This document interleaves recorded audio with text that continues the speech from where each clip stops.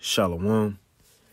First and foremost, I want to give all praises, honor, and glory unto Yahweh, Bahashem, Yahweh Shai, Bahashem, Rachak Wadash, and double honors unto the apostles and elders of Great Millstone, and peace and blessings to all you Akim out there who pushing this word with all truth and sincerity, and to all you believers out there who believe it on the gospel.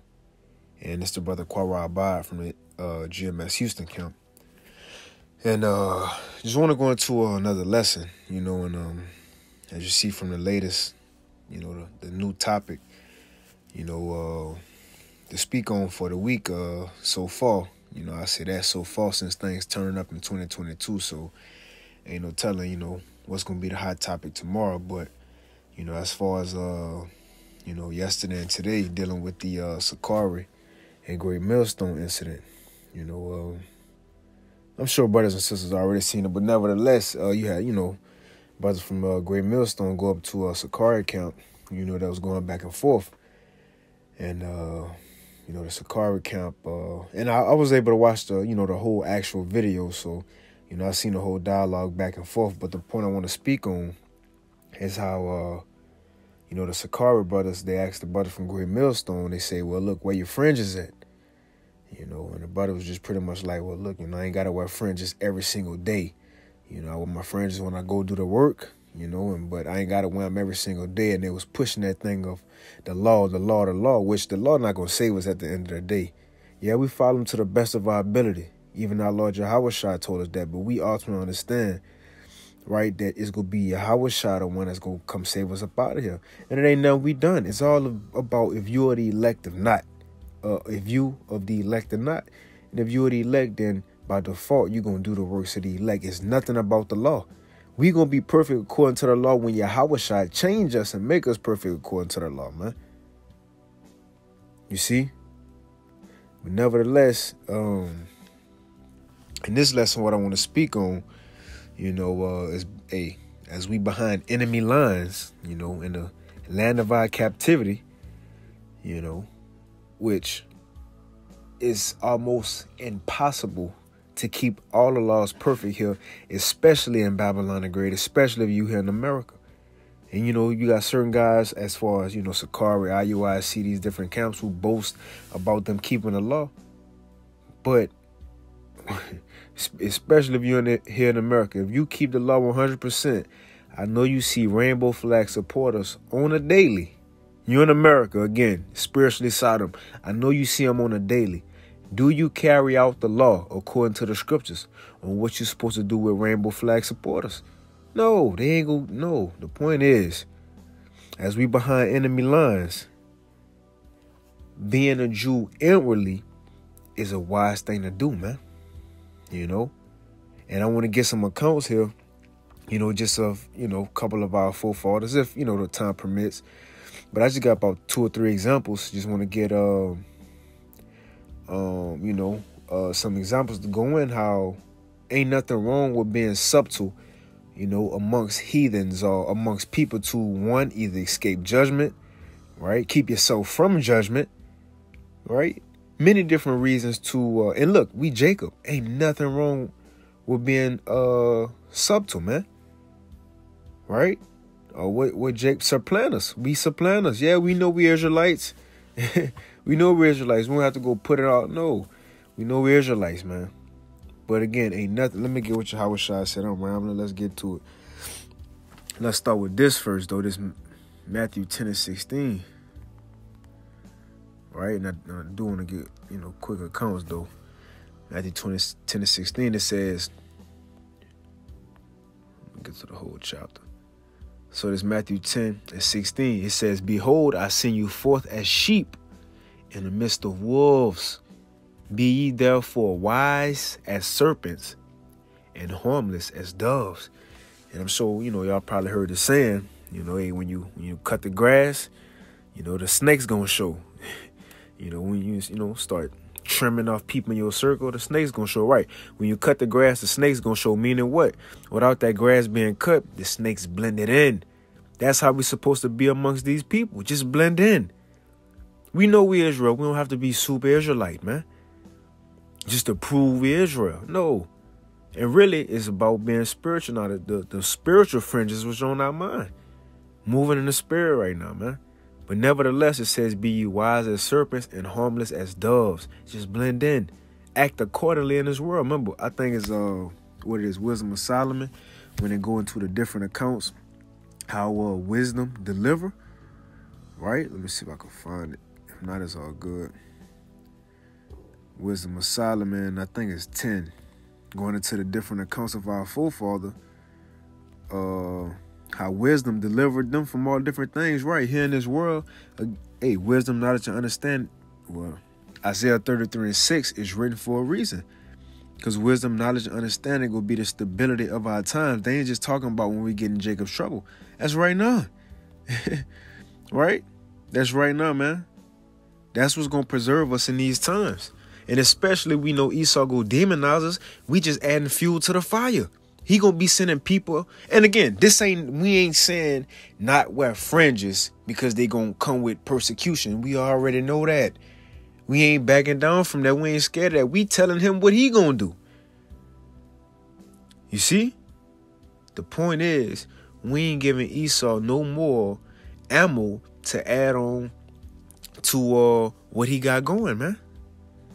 But nevertheless, let's get these accounts real quick. And I might get that Wisdom of Solomon 10, just going into how wisdom delivered, certain of our forefathers. Well, look, it's going to deliver us now. But let's get this, because they, make the point about how the fringes is the law. Well, watch what Mordecai right here tell Esther. Now, when you go to this, we was in a captivity under the Persians. Right? Now you had Haman, which is second in command, under King Xerxes, and he hated the Jews. He hated us, wanted to kill all of us, put all of us to death. Now, when you go into this, at this time, Xerxes was looking for a new wife. So they sent out men to go gather, fine young virgins from throughout the palace, right? Throughout the province. And Esther was one of those who got gathered up.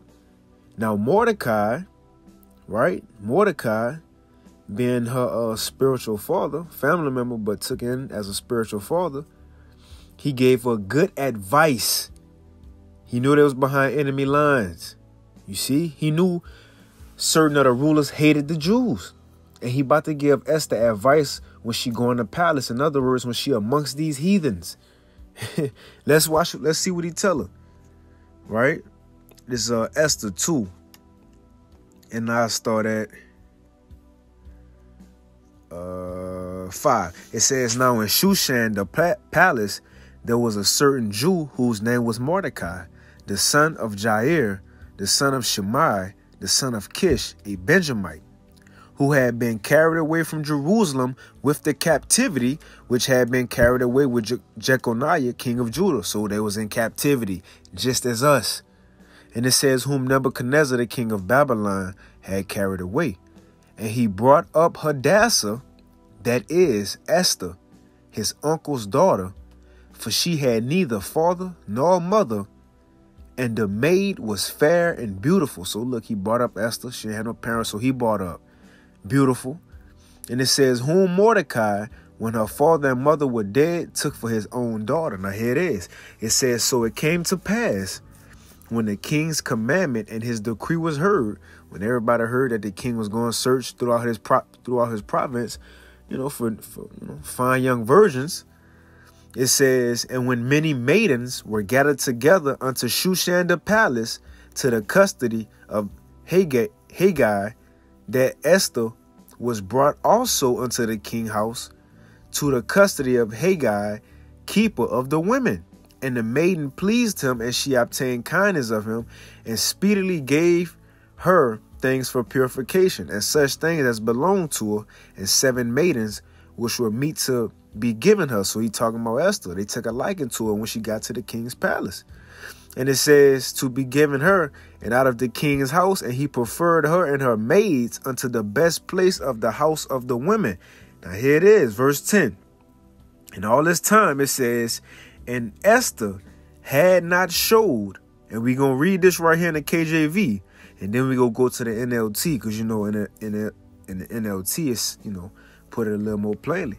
So after this whole time, being amongst these heathens is something specific that Esther didn't do, that Mordecai told her not to do, that advice he gave her ahead of time, being in captivity amongst heathens. And I mind you, as she was amongst these heathens, they took a liking to her and was giving her blessings on blessings. Now watch what he about to tell her. Because if she would not took this advice that we about to read, then things may have went different for her. Let's read it. So it says, Esther 2:10. And Esther had not showed her people nor her kindred, for Mordecai had charged her that she should not show it. So the whole time she was in the palace, it said that Esther had not showed her people or her kindred because Mordecai commanded her not to do so. Let's go to the NLT to see what this actually talking about. Esther 2:10. It says, and Esther had not told anyone of her nationality and family background because Mordecai had directed her not to do so. Look, when you go up there in that palace, don't be wearing your fringes all, don't be wearing your fringes. You ain't got to have a shirt that say Kwame Asharala and Christ is black.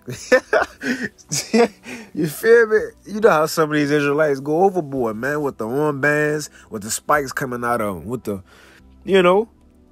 come on, man, the Metreon. Come on, man, you know how Jake go overboard. Well, look, when Mordecai, being a man of wisdom and a man of integrity, and it wasn't that he was embarrassed, you feel me, of his nationality, or he was embarrassed to proclaim he was an Israelite. No, he was using wisdom. Wisdom to keep him out of a time of trouble. Wisdom to keep Esther out of what could have been worse. She may have not gotten the perks that she got while she was there if she would have said, I'm a Jew. Remember, they was in captivity. They were slaves. How would it be? Because Esther didn't tell Xerxes she was a Jew until after the fact, later on, when all hell was about to break loose, when they was about to come kill the Jews. That's what she told him. But if she would have confessed that beforehand, how would it be for the king to have his wife as the queen and she a Hebrew slave? Come on, man. You see the point? Right? Look, we ain't got to wear fringes everywhere. And we understand the law. Yes, we keep it, but that's not going to get us saved ultimately. The law is a beautiful thing, Shit, I grown in my spirit. I wish I could keep the law perfect, but I know it's not possible. But guess what? I'm going to strive for it because I ultimately know it ain't going to happen until Yahweh Shai come. But as long as we here, you see, we do what we can. Now, when it come down to going off and offending our power, then that's when it's different. That's when it's going to be different. But nevertheless, as we hear, we wise as serpent, harmless as dove. Let's read it again. Esther 2:10. It says, Esther had not told anyone of her nationality or family background. She wasn't just running around, I'm a Jew, y'all. Judah. She wasn't just running around doing that. She was discreet with it. In other words, a sleeper cell. We sleeper cells. That's it. Until the Lord gonna make known who his elect is. But until then, it says Esther had not made known her people or her nationality, made known her nationality or family background because Mordecai had directed her not to do so. You see? Which is wisdom, because eventually she became the queen. Right? Let's get another one. Quick example. And there's so many more, but this is what the Lord, gave my spirit. It's Apostle Paul. Now, we know Apostle Paul, he understood the law better than Sakara could ever understand the law. Facts. He understood the law better and he applied the law. But nevertheless, when it came down to when he was about to get beat right here or whipped with stripes by these centurions, now, Paul gonna say he a Roman. He gonna look, I'm a Roman. Now, is he scared? Is he weak for saying he a Roman? Well, I guess he should have showed his fringes and, he would have showed them that's the light, right? He the light of the world because he got fringes on. But no, he was using wisdom right here to get himself out of a certain situation. Look, we're going to have to be Jacob, Yaquab, supplanters in this world to allow us to get through captivity along with the guidance of the Lord, man. We're going to have to use wisdom to get ourselves out of certain situations. That's not just saying we scary. We scary. No, man. Yahushua even escaped certain times from crowds as they were trying to kill him. Was he scary? No. He was moving around using wisdom. Applying wisdom is not, you ain't scary. You ain't weak. Apostle Paul got let through a window in a basket trying to flee. And these some of the boldest men you will ever come across or read about. But when it came down to it, they applied wisdom in a time where it was truly needed. Nevertheless, let's read. This Acts 22. This one, Apostle Paul got grabbed up because there was an uproar in the city because of him. Right? And so here it is. Let's see where I'm going to start. I'm going to get straight to the point. Verse 24, Acts 22 and 24, it says, and the chief captain commanded him to be brought into the castle and bade that he should be examined by scourging. So look, we're going to question him by whipping him, by beating him. Talking about Apostle Paul. And it says that he might know wherefore they cry so against him.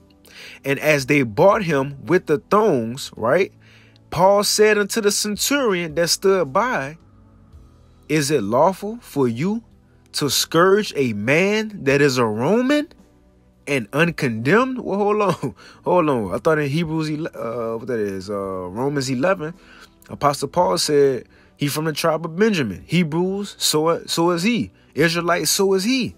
Well, why right here is he proclaiming he's a Roman though?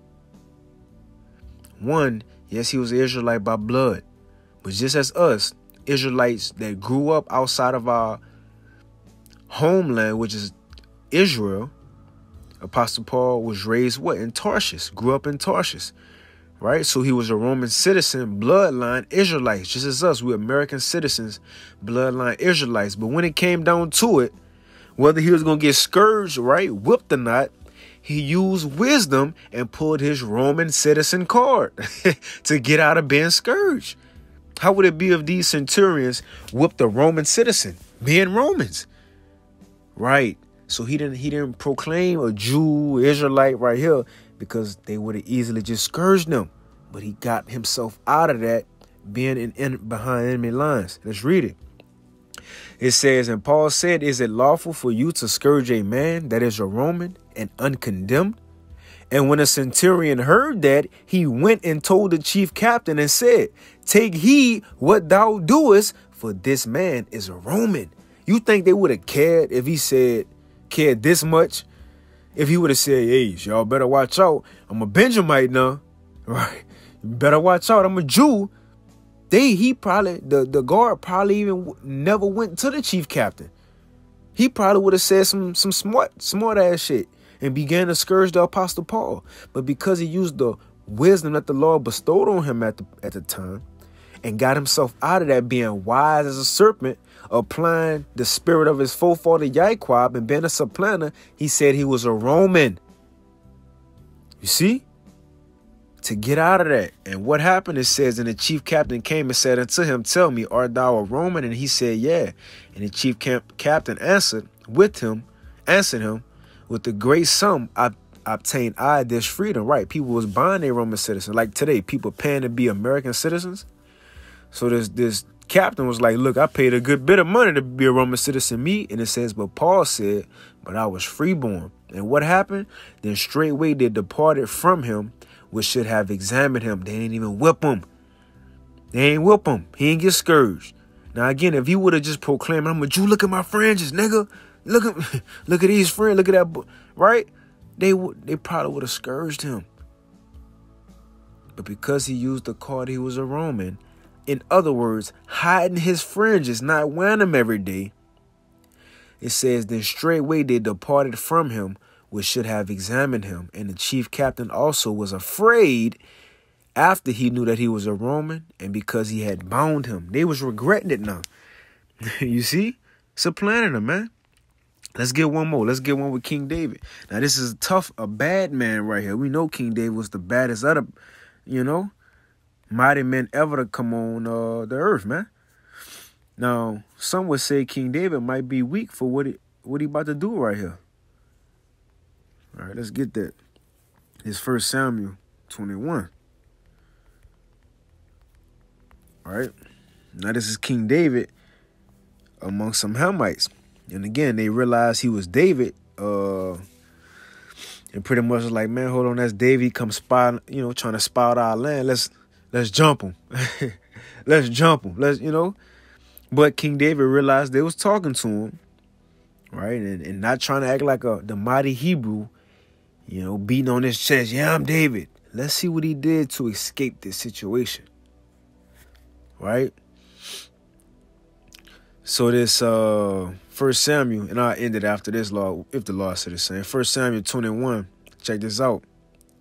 And again, I'm going into points to show, look, we don't have to just be mighty Hebrews all day, every day, man. The Lord know our intent. He know our heart. He know we really want to be perfect, but it's not designed for us to be perfect right now. We in captivity. Look, things that I want to do according to the law, as Pastor Paul said, they tough to do here. Things we don't want to do, we do. I wish I could take off every Sabbath. I wish I could do, this and that. But it's not expedient at the time. But we try though, man. We try. But let's get this though. Just to show you, wisdom is what's going to deliver us, especially behind enemy lines, man. This is 1 Samuel 21 and 7. It says, nope, I'm going to start at 10. 1 Samuel 21 and 10, it says, and David arose and fled that day for fear of Saul and went to, they would have said today, oh, David was scared because he ran from Saul, right? It says, and went to Achish, the king of Gath. And the servants of Achish said unto him, is not this David, the king of the land? So David went to Achish, the king of Gath, and his servants like, hold on, that look like David. Now again, King David was famous on earth. People knew who King David was, a warrior, mighty man, right? So when they seen him, they said, man, that's David, the king of the land. And it says, did they not sing one to another of him in dances, saying, Saul have slain thousands, and David his tens of thousands, right? So they said, hold on, King, this David. You might have to stop him. He might be, be here for the wrong reasons. And it says, and David laid up these words in his heart. So King David heard him. He heard him talking about him. And it says, and was sore afraid of Achish, the king of Gath. Again, he was behind enemy lines. It said he arose and went to the king of Gath. So he was in their territory, just like when Esau territory today. So once King David heard them plotting on him, it says he changed his behavior before them and feigned himself mad in their eyes. He started acting retarded. It says, and scrabbled on the doors of the gate. He started scratching the gate. And it says, and he let his spittle fall down upon his beard, started spitting, drooling all on his beard. He was acting retarded to get himself out of a situation. Right? And what happened next? It says, then Achish said unto his servants, lo, ye see that this man is mad. Wherefore then have ye brought him to me? Have I need of madmen, that ye have brought this fellow to play the madman in my presence? Shall this fellow come into my house? The point is, King David didn't get caught up because he applied wisdom. Now, things may have went different if they would have said, ain't this David the king of the land? He started beating his chest like King Kong. I am David. I am David, right? And King Kong ain't got nothing, right? Things probably would have went a little different. So look, as the times we coming in right now, it's cute to be Israelite, right? Fringes and zeets. You feel me? Fringes and zeets. You feel me? Look, it's cute to be Israelite right now, but when all hell break loose, you're going to have some of these same ones who mighty Hebrews, they going to be scrambling, man. Them same ones going to be scrambling. But let's see. This Wisdom of Solomon 10. I get straight to the point. Verse 9. but wisdom delivered from pain those that attend upon her. Let's read it again. But wisdom delivered from pain those that attend upon her. So wisdom, man, we're applying wisdom right now. You see? Look, it's the weapons of our warfare are not carnal. We spiritually moving in this war, right? Spiritually moving in this war, man. You know, so look, ain't nothing wrong with being a Jew inwardly behind enemy lines, man. You know, that's being a serpent, but, you know, and harmless as a dove. But with that, you know, Lord willing, this lesson was edifying. I want to give all praise, honor, and glory to Yahweh. Bashim Yahweh Shah, Bashim Chakwadash. And with that, Shalom.